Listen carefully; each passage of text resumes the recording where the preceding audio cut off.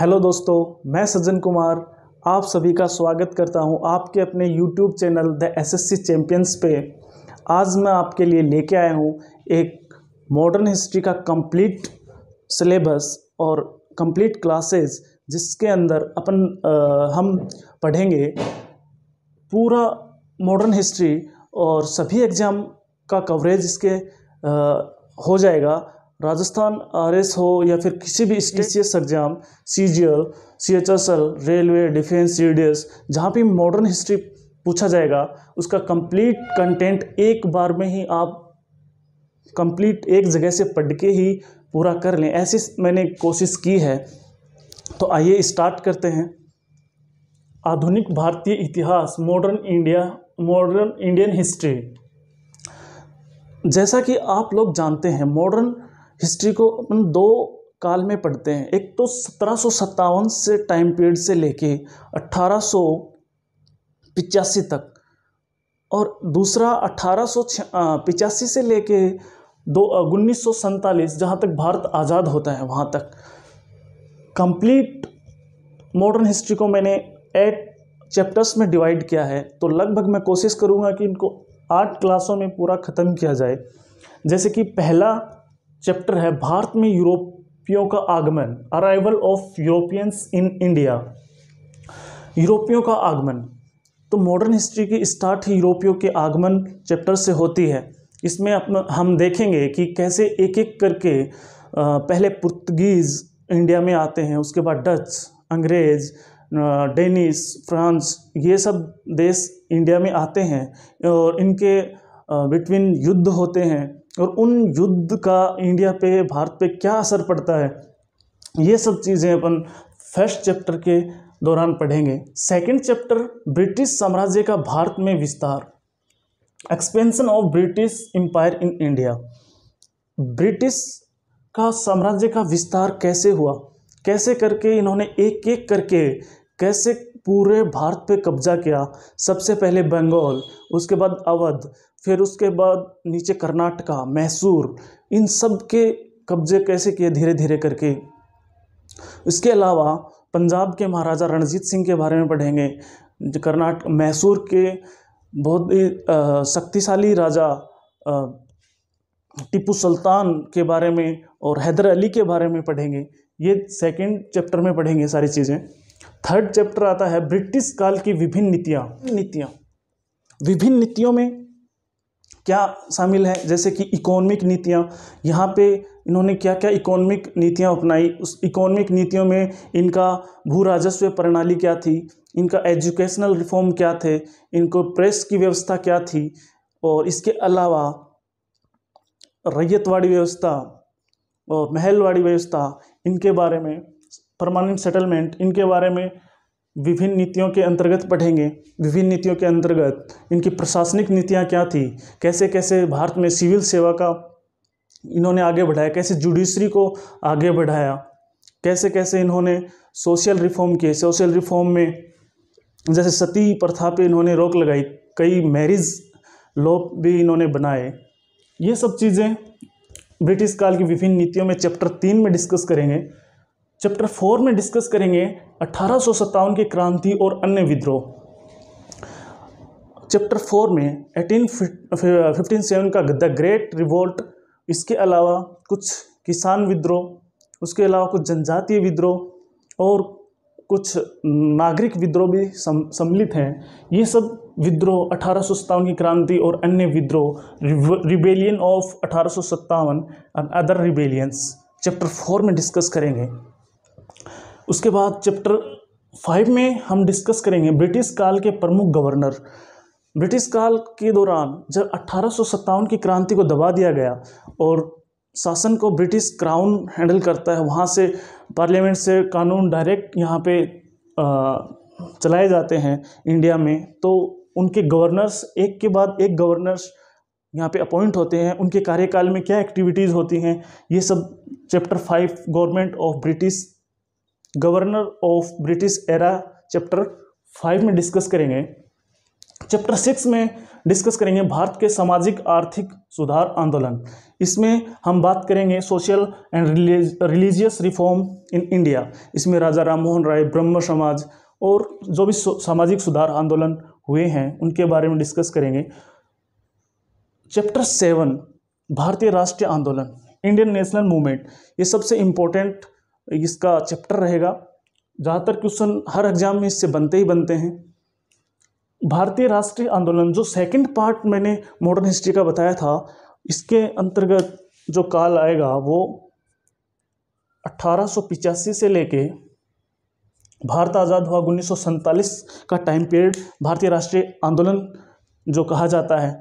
इसमें सारे वो मूवमेंट, सारी वो नीतियाँ जो अंग्रेज़ों की दमनकारी नीतियाँ जो कांग्रेस के द्वारा अपोज की जाती हैं, उसके अलावा गांधी जी के आंदोलन इसमें आएंगे। कैसे दांडी मार्च की, कैसे नमक सत्याग्रह उन्होंने चलाया और भारत छोड़ो आंदोलन के जरिए लास्ट में आज़ादी को प्राप्त किया। सारे आंदोलन भारतीय राष्ट्रीय आंदोलन में कवर करेंगे।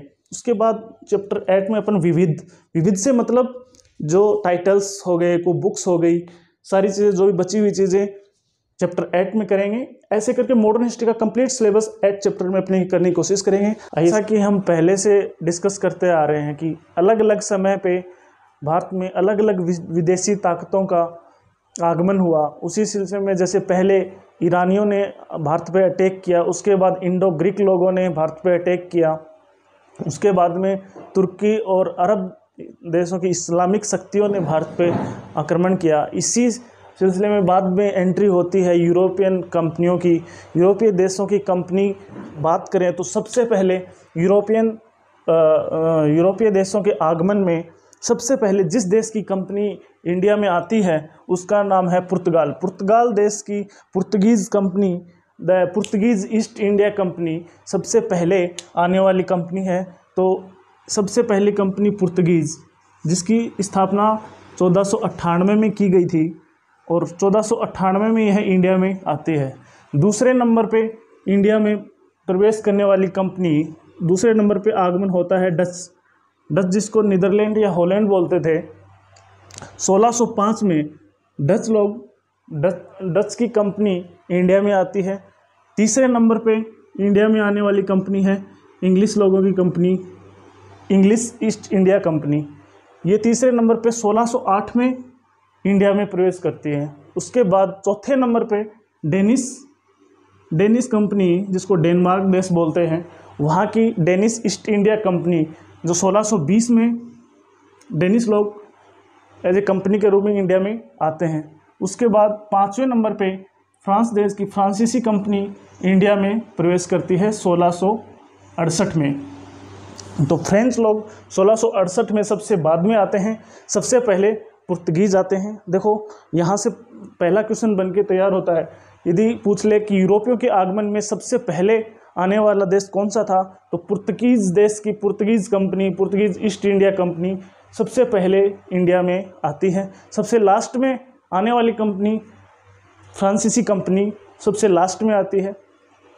इसके अलावा यदि इनकी स्थापना की बात करें, स्थापना का क्रम देखें, तो सबसे पहले स्थापना पुर्तगाल देश में एस्तादो द इंडिया नाम से पुर्तगीज़ कंपनी की होती है 1498 में।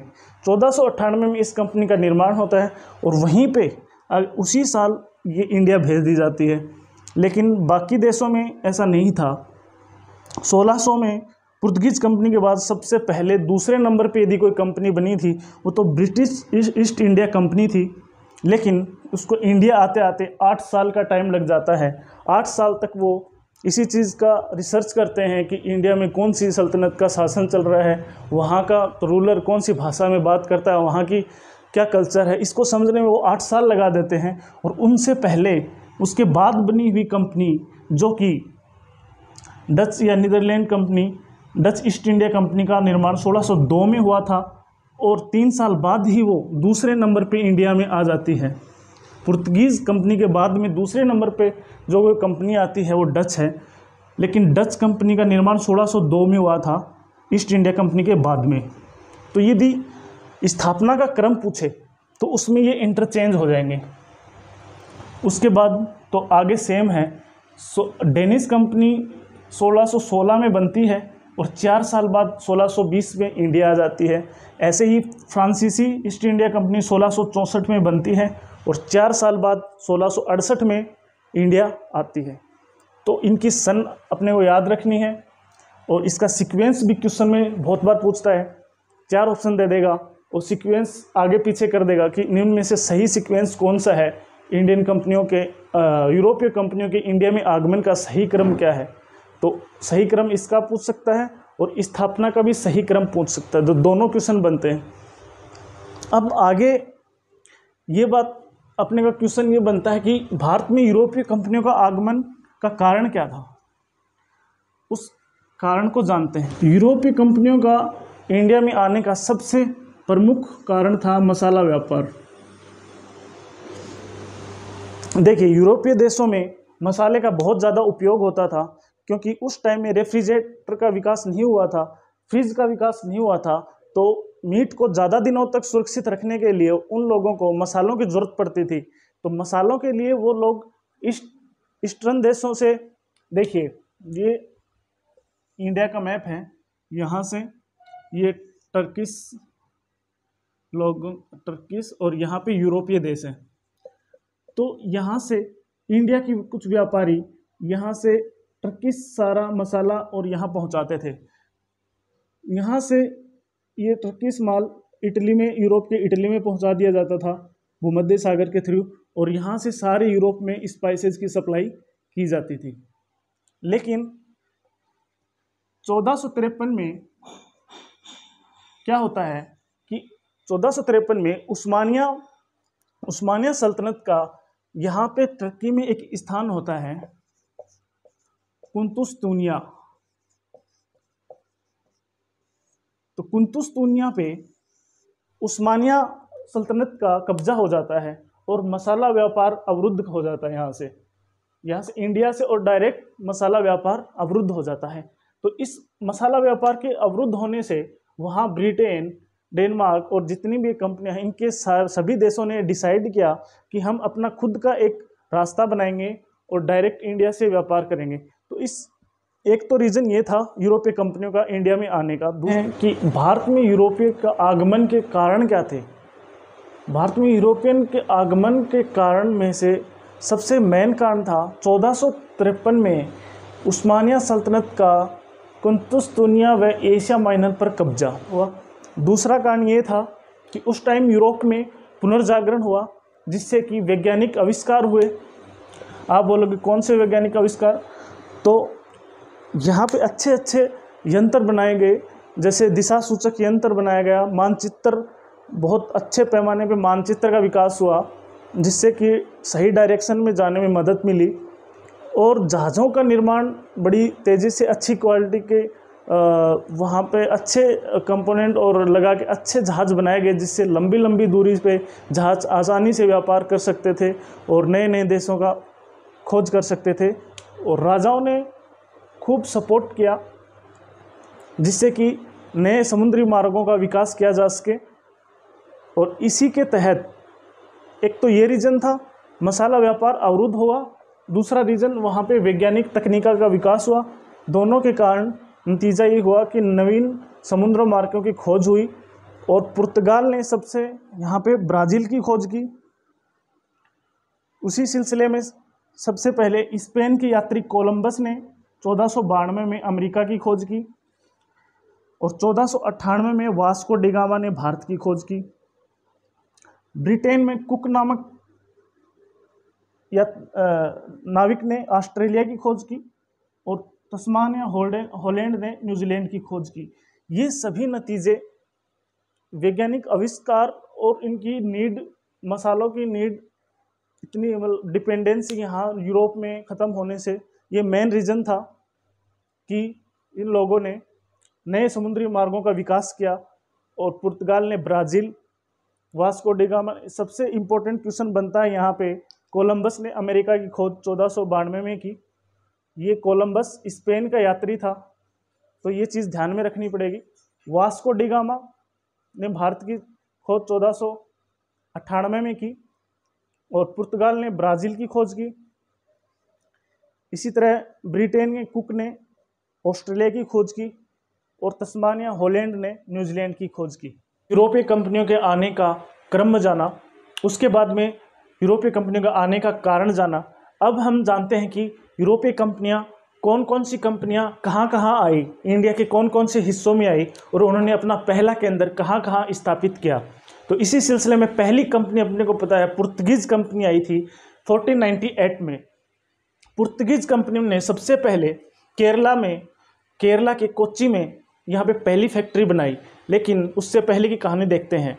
पुर्तगीज 1498 में आए और 1961 तक इंडिया में रहे। इसका मतलब सबसे पहले आने वाले पुर्तगीज थे और सबसे लास्ट में इंडिया छोड़ के जाने वाले भी पुर्तगीज थे। तो दो क्वेश्चन तो ये बनते हैं। इसके अलावा पुर्तगीज स्टार्टिंग में 1498 में वास्को डी गामा के नेतृत्व में इंडिया आए थे। इसके बाद ये वापस चला जाता है पुर्तगाल वापस जाने के बाद जो माल मसाला जो ये लेके जाता है वापस पुर्तगाल, उसमें इसको 60 गुना प्रॉफिट होता है, जिससे वहाँ का जो राजा था उसने एक डिसीजन लिया और एक कंपनी बना के इंडिया में व्यापार करने का निर्णय लिया। उसके तहत उसने दोबारा एक फैक्ट्री बना के इंडिया में कंपनी बना के भेजता है, पुर्तगाल ईस्ट इंडिया कंपनी। और 1503 में पहली फैक्ट्री या पहली कंपनी अपनी केरला के कोच्चि में खोलते हैं।